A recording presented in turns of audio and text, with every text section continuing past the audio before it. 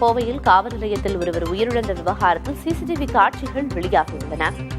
காவல் நிலையத்திற்குள் நடந்து செல்லும் சிசிடிவி காட்சிகள் தற்போது வெளியாகியுள்ளன.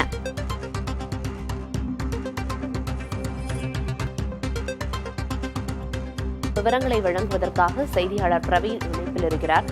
பிரவீன், உயிரிழந்தவர் காவல் நிலையத்திற்குள் செல்லும் காட்சி தற்போது வெளியாகியிருக்கு. கூடுதல் விவரம் என்ன?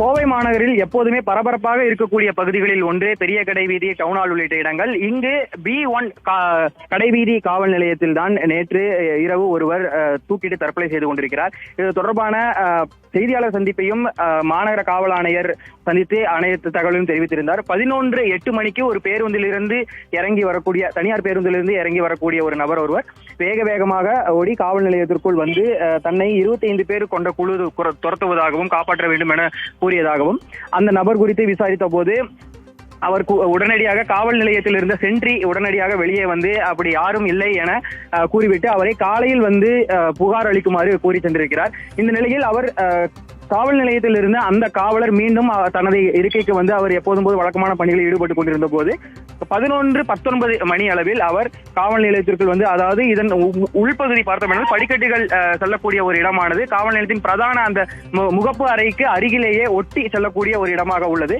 அப்போது அவர் காவலர் அசந்த நேரமாக பார்க்கும்போது உள்ளே வந்து படிக்கட்டு வழியாக ஏறி முதல் மாடிக்கு சென்றிருக்கிறார். அங்கு கிரைம் SI அறைக்கு சென்ற அவர் தாளிட்டு பூட்டிக் கொண்டு அவர் உடுத்தி இருந்த வேட்டியை கொண்டு மின்விசிறியில் தூக்கிட்டு தற்கொலை செய்து கொண்டிருக்கிறார்.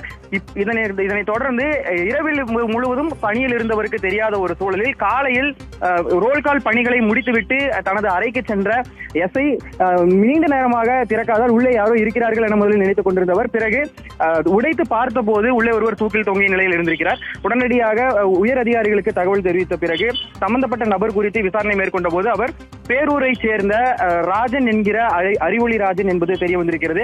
அவரது உறவினர்களிடமும் தகவல் தெரிவித்த பிறகு அவரது சட்டைப்பையில் இருந்த தகவல்களை கொண்டு உறவினர்களுக்கு தகவல் கொடுத்திருக்கிறார்கள். அவர்களும் வந்தபோது கடந்த சில நாட்களாகவே அவர் இதுபோல் தன்னை யாரோ துரத்துவதாகவும் வெட்ட வருவதாகவும் கூறி புலம்பிக் கொண்டிருந்ததாக ஒரு தகவலை உறவினர்கள் கூறியதாகவும் தெரிவித்திருந்தார்.